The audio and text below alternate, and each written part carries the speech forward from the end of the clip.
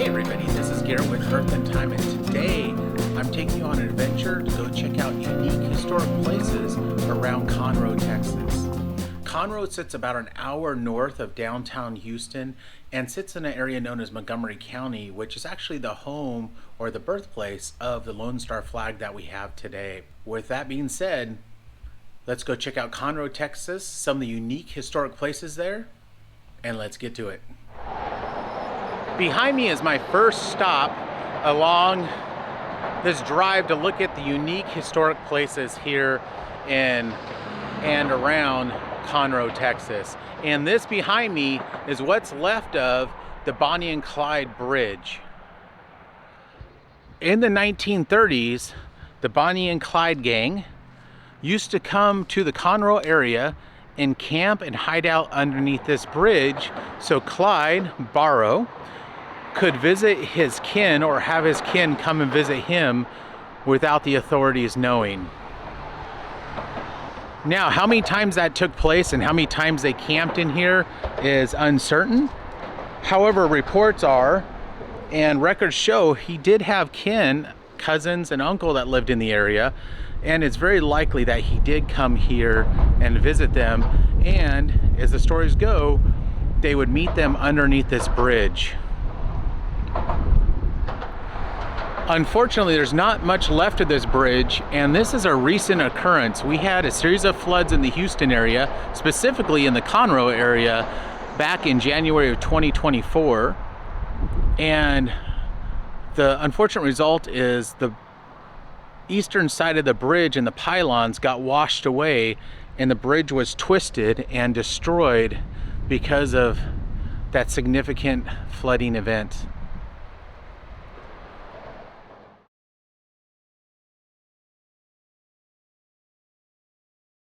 I'm not sure how long this bridge is still going to be here in its current state.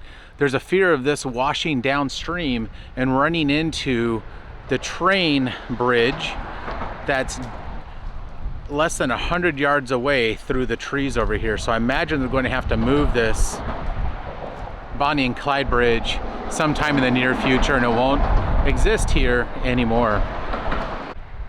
In fact, if I look off to the right, you can see the train trestle here, and this bridge goes across the river, and if I keep panning, you're going to see there's that bridge, and here's what's left of the Bonnie and Clyde Bridge. So there's a good chance they're going to have to take this out and protect the train trestle over here, and then the bridge will be gone, and all that will remain of it are pictures and my videos, and maybe a couple of other videos that are out there. From the Bonnie and Clyde Bridge, we're going to go head into the town of Conroe, the main part of Conroe, and go check out somewhere known as Flag Park and Veterans Park, which is a big section not too far off of Highway 45, where they talk about the history of Texas through flags, which is fascinating, and they talk about some of the veterans in this area and have a park dedicated to those individuals. So both those pretty unique as far as historical places go, or remembering history, and I wanted to share that all with you. So let's go head over there for our next part of this unique historic places around the Conroe, Texas area. And welcome to Flag Park, our next stop on these unique historic places here around the Conroe area. Now, I couldn't have asked for a better view and the perfect wind right now where I can still talk to you all, but we can see these flags flying, so that's pretty exciting. So let's go check out Flag Park, and right next to it's actually the Veterans Memorial Park. So let's see what we can learn about both these places. All right, I had that first stop and said how I was happy about the wind coming through here to show off Flag Park, but now I'm a little frustrated because it's so windy. I'm a little worried about the sound quality, so I apologize ahead of time if after mixing this the sound quality doesn't come out as well. The reason we have Flag Park here in Conroe, Texas is because we're in Montgomery County, and Montgomery County is the home of Dr. Charles Stewart, who is the designer of the Lone Star flag, or the flag of Texas as we see it today, as I zoom in here. So you can see this is the final flag along this loop of flags at Flag Park, showing significant and historic flags throughout the time of Texas. Now,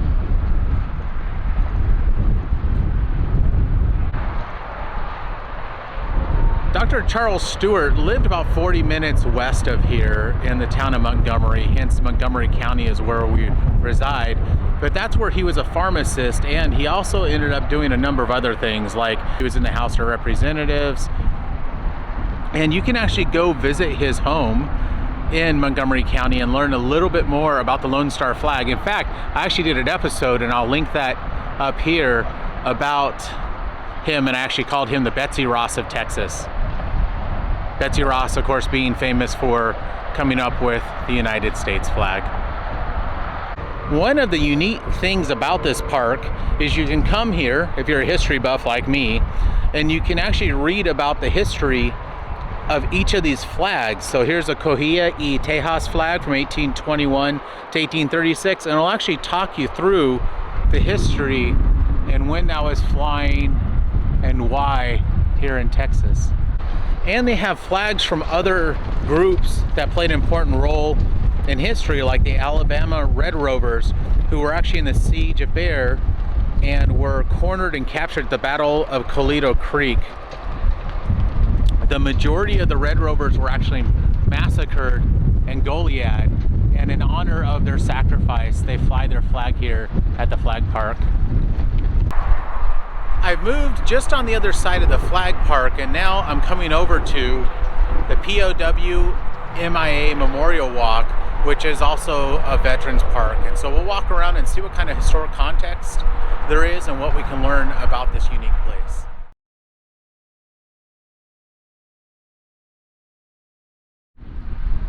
As I started approaching this bridge, which is the entrance into the Memorial Park, they actually have information about Sergeant Luther James Dorsey, a gentleman who is part of the 9th and 10th Cavalry Regiments, or this regiment's known as the Buffalo Soldiers. And this bridge is dedicated to him.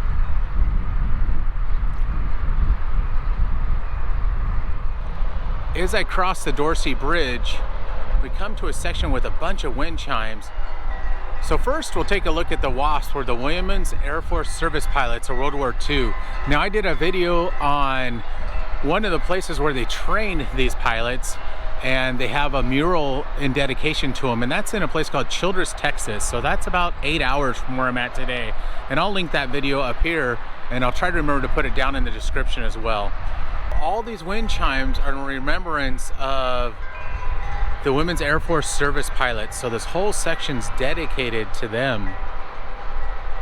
And in that video, for those of you who saw it, I talk a lot about how I was very excited to see they got recognition, because they're a forgotten part, I think, of World War II history. It says that 1,830 women went through the flight training and 1,074 graduated from the rigorous program. They flew over 12,000 planes, including P-40s, P-51s, and B-17s. I know they also served as emissaries and pilots for dignitaries during the war as well. But it says 38 of the women died while serving, but because they were denied official military status, they were not allowed to fly flags on their coffins. Eventually, in 1977, President Jimmy Carter signed a law giving the WASP members World War II veteran status. And in 2009, President Obama recognized the WASP with a Congressional Gold Medal. I will say, I wasn't expecting this from the park here. I thought, like many of the veteran parks I've gone to, they just have just a little statue and that's it, or some flags, which you can see there's still a lot of flags behind me. But to have this extra information, talking about the history of these important groups in the military, I think is really unique and amazing, and way to go, Montgomery County. For me, the timing of this memorial is just about perfect. There's a series right now called Masters of the Air that I've been watching and I've really been enjoying. And it's about these B-17 bombers that flew missions pre-D-Day, and maybe it'll get to D-Day, I'm not that far along yet, but flew missions bombing parts of Germany. and it talks about their struggles and the dangers of those missions. And so this is very timely for me. And this memorial is dedicated to all those who flew in the B-17, and I like that they even included the support staff in here. And so this memorial helps honor and preserve the legacy of the B-17 Flying Fortress and all the aircraft that helped win the world's war against tyranny. Pretty amazing memorial. And what's nice about these flags is they'll take you, much like the Texas flag area, this will actually take you through some of the information. So this was the U.S. Army Air Corps flag from 1926 to 1947. So before we had an official Air Force, you had the U.S. Army Air Corps. And here we're coming underneath the flag, it looks like, for the Merchant Marine. And unfortunately, they don't have anything here for the Merchant Marine. And this is something that sits close and near and dear to my heart, because one of my grandfathers served in the Merchant Marines during World War II in the Pacific Theater. And I think they're a part of the military that's probably forgotten often. I mean, how many of you out there, as I mentioned this, knew about the Merchant Marines? Now, those who study history, probably a few, but I know there's a lot of folks I mentioned that my grandfather was in the Merchant Marines and they're not sure what that is. I do like how they have each of the branches here represented, from the Army to the Navy, Marine Corps, Air Force. They have Space Force, the Coast Guard, and then you'll see the Merchant Marines, which were set up at the same time as the Army, which is pretty interesting. Oh, are the Merchant Marines still around? Maybe somebody can let me know. I can look it up too, but I'll ask you all so we can have a conversation. As I walk along the park here, they have tributes both on the wall as well as on benches to the various veterans here. There's always something fitting about having a weeping willow in a memorial park or cemetery or graveyard. Here is Montgomery County Veterans Memorial Monument, and it has pictures from various events through time where Texans were involved, all the way back to the Alamo. I'm just going to walk you all down this line to look at how they represented each of the major conflicts where Texans were involved, and individuals from Montgomery County, and I'm sure from Conroe as well.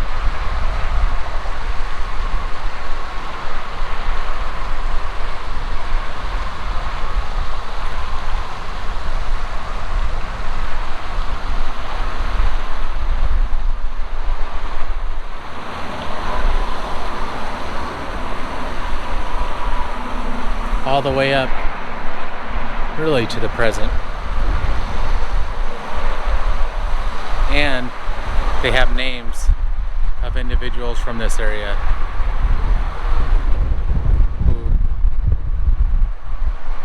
And within this park they have First Responders Memorial as well as a 9/11 memorial.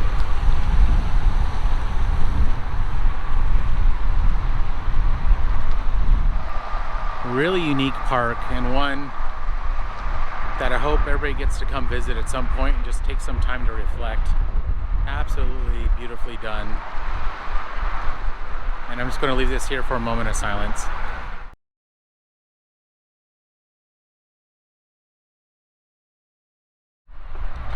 From the Texas Flag Park and the Veterans Memorial Park, let's go head into downtown Conroe and talk about some of the historic places in that area. Welcome to downtown Conroe, Texas, and a couple places I want to point out here if you come to this area one is across the street from me right now, and that is the Crichton Theater.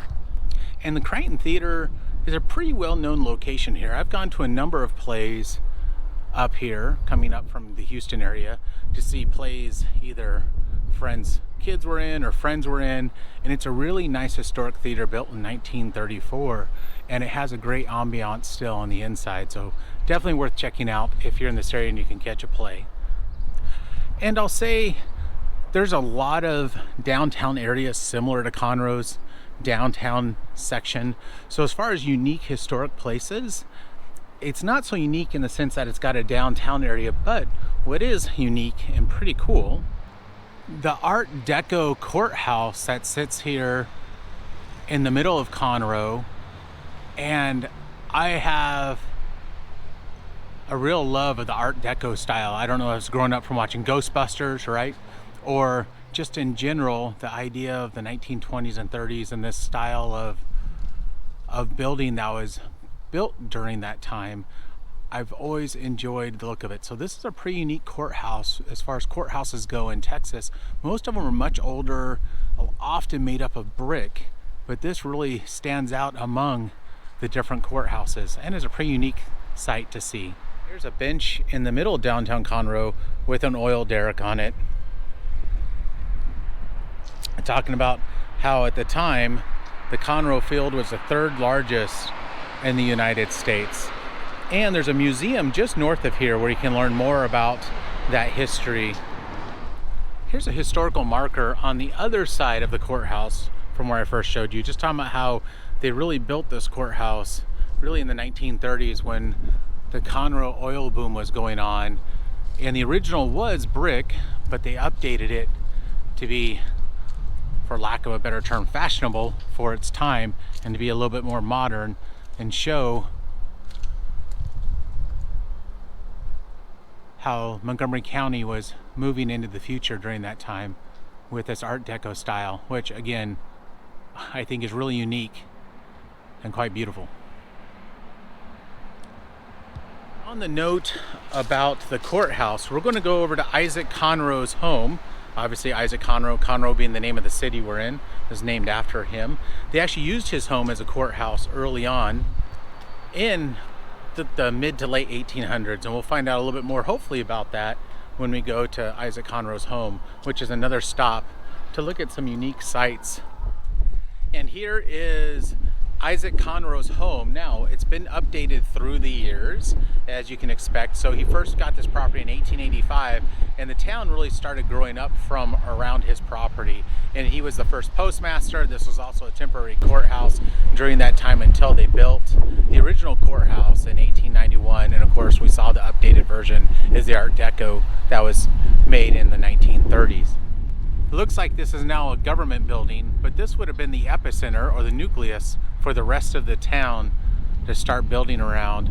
Now, at that time, when Isaac Conroe bought this property, really the main town was Montgomery, which is where, of course, the Texas flag was generated, and Dr. Charles Stewart lived in that area, and that was the epicenter of activity during the mid-1800s and even early 1800s, with it all shifting here to Conroe because of that major oil boom that took place here. And we saw on that bench that said it was the third largest oil field back in the 1930s. The last stop in downtown Conroe area is to actually look at the Conroe Legends. And here's Mary McCoy, inducted to the Music Hall of Fame, 2010 inductee. Here's Roy Harris from Cut and Shoot, known as the Backwoods Battler. He had a record of 31 wins, 9 wins by knockout, 5 losses. And he actually lost in 1958 to Floyd Patterson for the world heavyweight title. But he's quite the prominent boxer from this area. Colin Edwards, the second Texas Tornado. Looks like he's a motorcycle racer and won a number of championships. And Annette Gordon-Reed, Pulitzer Prize winning author, professor, and lecturer from this area. It's really nice that they honor all these individuals from Conroe and the surrounding areas. Have one more stop I want to take you all to, and then we'll wrap it up there. The last stop is the Heritage Museum of Montgomery County. They do a very good job here of walking through the history of not only Conroe, but the greater Montgomery County area. And I've done videos from here before, and I'll link those up above, and then I'll also link them down in the description down below, so you can see a more in-depth description of this museum.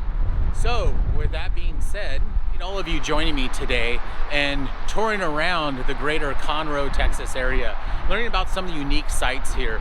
Probably the most unique site was the first one we visited, the Bonnie and Clyde Bridge. Unfortunately, I don't think it's going to be around much longer. I really enjoyed also learning some of the other history here, specifically going to that Veterans Memorial Park. It's something I haven't done before. I've been to all the other sites I took you to today, including this museum multiple times, but that was a new one for me, and one I'm very glad that you all got to join me with it. With all that being said, thank you all again for joining me.